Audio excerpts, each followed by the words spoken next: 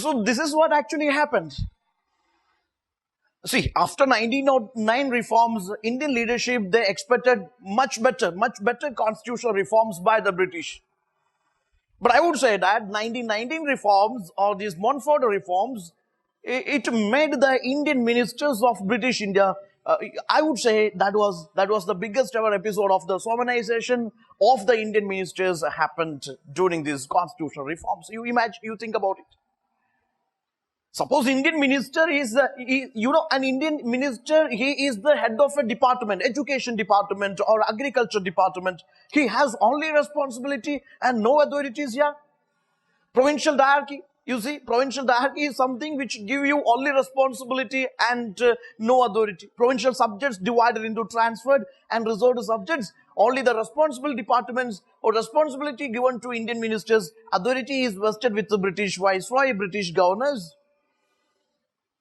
Suppose an education minister, he wanted to improve the education system of India, infrastructure of India. He required funding here for funding into these educational departments or educational department. So what the British is expecting? Do you think British expect this minister is supposed to take the fund from his ancestral home? Maybe British might have expected like that, but the provincial diarchy was a total failure. It is only responsibility and no authority to Indian leaderships or Indian ministers. So I think that let's discuss it in an order, okay, with its backgrounds. We shall start it with its backgrounds. So have an idea. 1919 reforms, what was the outcome of this World War I? Okay, World War I resulting in this. Okay, what was the situation economic situation in India? You imagine, World War I, its aftermath was like this. Hyperinflation or unemployment, poverty, lower wages, then this no minimum supported price for these agriculturalists, farmers, okay? Then there is lower prices for their products, no welfare schemes and no democratic government and no power to Indian hands. This was the situation. This was the actual situation, and obviously there was a strong movement. Indians also participated in this world war in favor of the British. And there was a hope that, yes, if you participate with the British in the World War I, there was especially in Punjab, you see, large number of the Indian soldiers got recruited. Punjabi soldiers got recruited into army. They are very brave, courageous men. They were recruited into British army for fighting for the British in the World War I. Even Winston Churchill also accepted the fact that it was because of the Indian soldiers they win this World War. Okay, World War I, World War II contest we have seen. So why Indians got recruited into? Why these Indians, they supported this British in this World War? Obviously, there was a hope that after this World War, British will do something favor or they will give a big surprise. Maybe a free government, a responsible government, an independent democratic government they will launch in India. And an expectation was like that. So such expectations, such dreams, all misplaced and Indians are very angry. And it is to satisfy Indians, there is another reform which was this Government of India Act 1919. Okay, this is also called the Montague-Chelmsford reforms. Montague was the then Secretary of the State and Chelmsford was the Viceroy of India.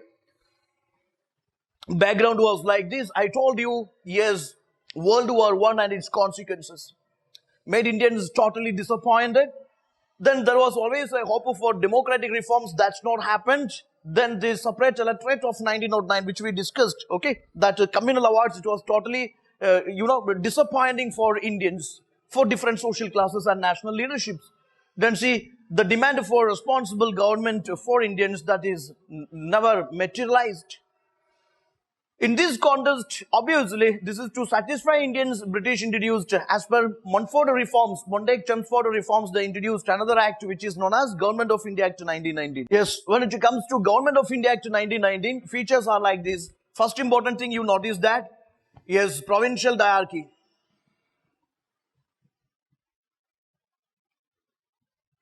They introduced provincial diarchy.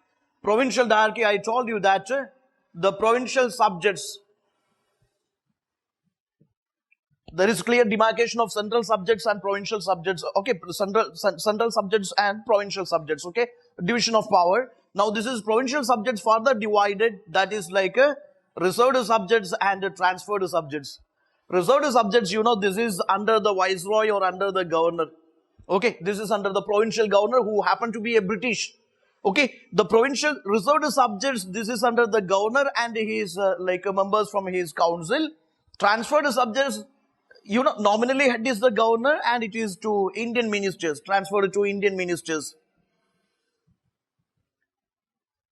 And here the problem is reserved subjects, this is something I would say that, reserved subjects, this is power, this is authoritarian department. The authoritarian, all power is vested with this, British governor and his members from his council. But this transferred subjects, this is responsible.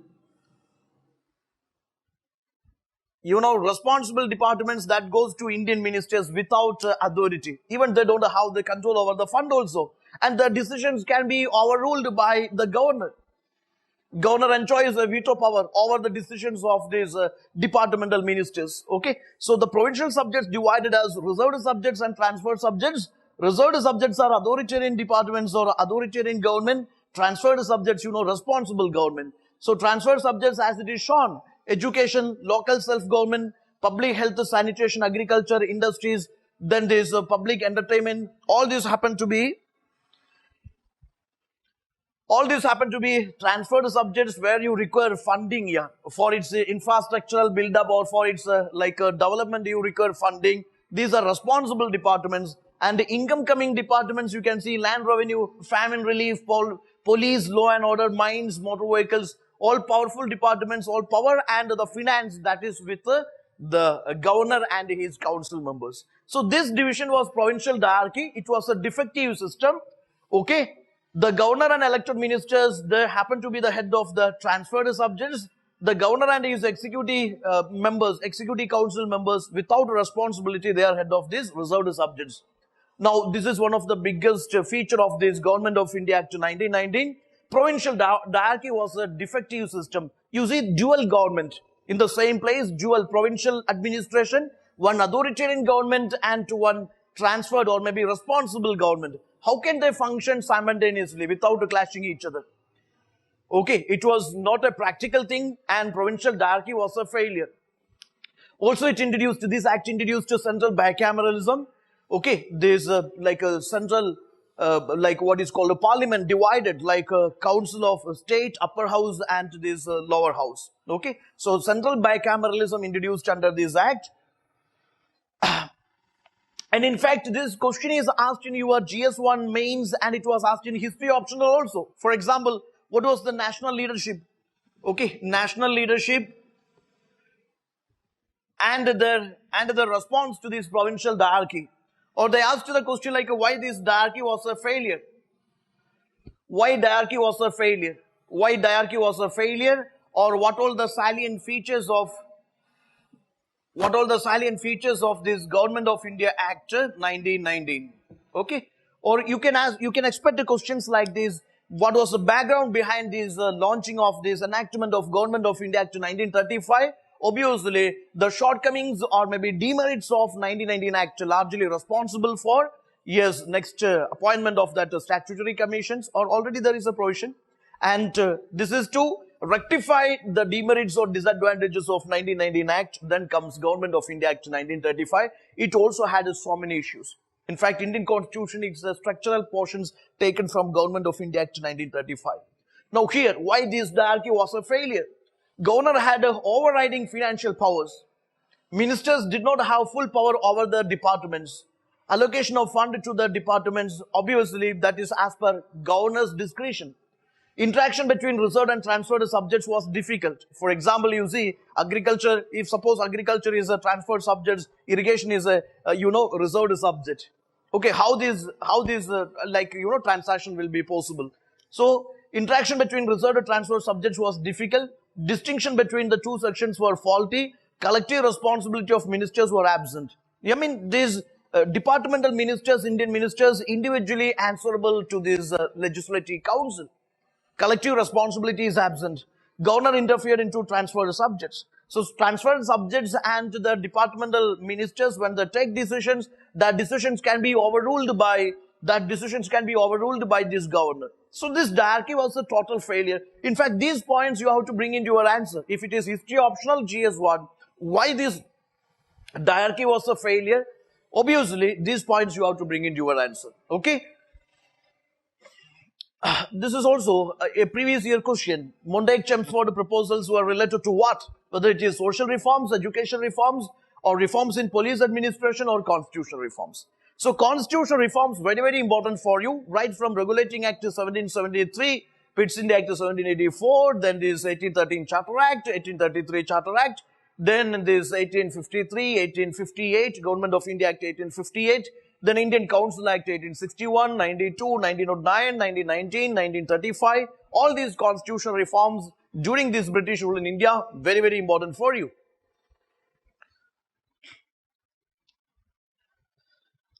So you could see that because of the defective diarchy system and because of, even here also, the communal awards or the separate electorate extended. Indian leadership demanded for its abolition because separate electorate is totally against unity, integrity of the nation. But under this act, that separate electorate further extended to other minority communities also. Okay.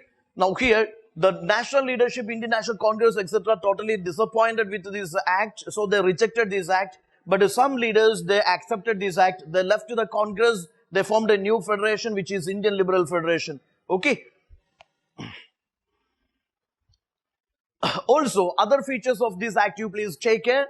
There are like 3 of the 6 members of the Viceroy's Executive Council, okay, other than the Commander-in-Chief, has to be Indians. So, Indians into the central government. I mean, Viceroy's Executive Council, that itself is the central government. So, 3 Indian members into central government or Viceroy's Executive Council.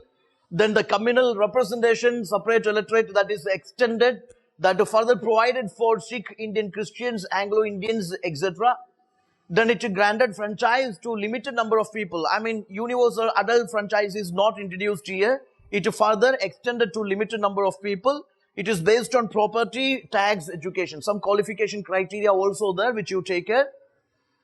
Then further, this establishment of Public Service Commission and division of provincial budgets and central budgets.